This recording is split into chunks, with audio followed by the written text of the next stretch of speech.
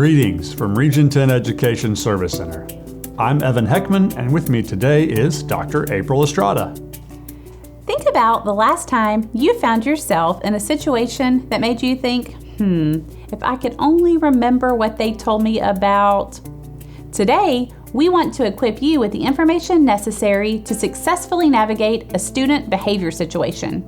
Upon receiving information about a student behavior situation, use the checklist to help guide you. You may want to pause the video and print the checklist, a supporting document located beside the video on our website.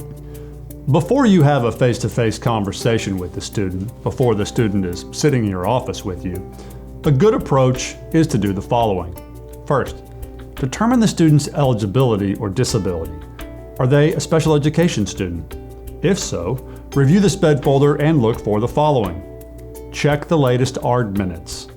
Check to see if the student has a current behavior intervention plan. Check for any additional special situations, other helpful insight or information. Second, review the student's discipline, history, grades, and attendance. Third, review or research the behavior in question. Read the office referral or email containing information about the incident or situation in question. Then, reach out to and speak with people having knowledge of the situation, such as the classroom teacher and/or SPED case manager. While this may seem to take time, following the checklist will help in several ways. It will potentially allow a situation to de-escalate and for things to calm down. It will help you to have the appropriate information in front of you instead of having to look for it while in the middle of a conversation with the student. And it will take less time than if things are not handled well and the situation blows up, creating a larger issue. Consider this. When we deal with the moment, we are viewing the situation as a whole. We are taking care of the student, not just focusing on the behavior and possible consequence. Now, it's time to speak with the student. If the student has a disability, you might include a person the student trusts in the room with you to help the student feel comfortable. This could be a teacher, case manager, or counselor. In order to create and provide an open, respectful environment, it's good practice to use these steps when speaking with the student. Greet the student in a professional manner. Smile, look the student in the eye, and give the student a handshake if possible. Definitely include an introduction and salutation. In other words, don't say, "Hey, come in and have a seat." Be aware that certain students, based on their culture or situation, may not look you in the eye. Don't let this be a sticking point.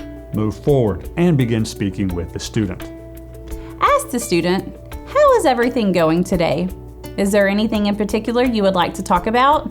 Then listen, without interrupting. This helps the student to feel valued.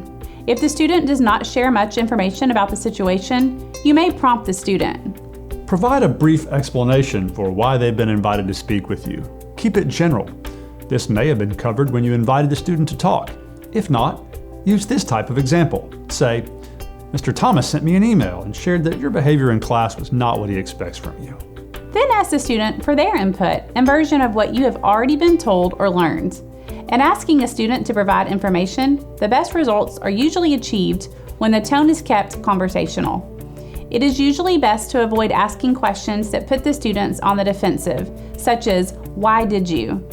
A good idea is to use questions like these. "What happened?" Or "What were you doing?" "What were you thinking about at the time?" "What have you thought about since then?" "Who has been affected by what you have done?" "In what way have they been affected?" "What did you think you need to do to make things right?" Using what we have shared will help you to gather the necessary information about the behavior situation. Because you have taken care of the student, a smoother transition through this process has you prepared for what comes next. Thanks for watching. We hope this was helpful and hope you will contact us if you need additional information or support. Contact information and additional resources, including the checklist in this video, can be found as links next to the video and in the resources section on this website. And as always, we recommend consulting your district special education director.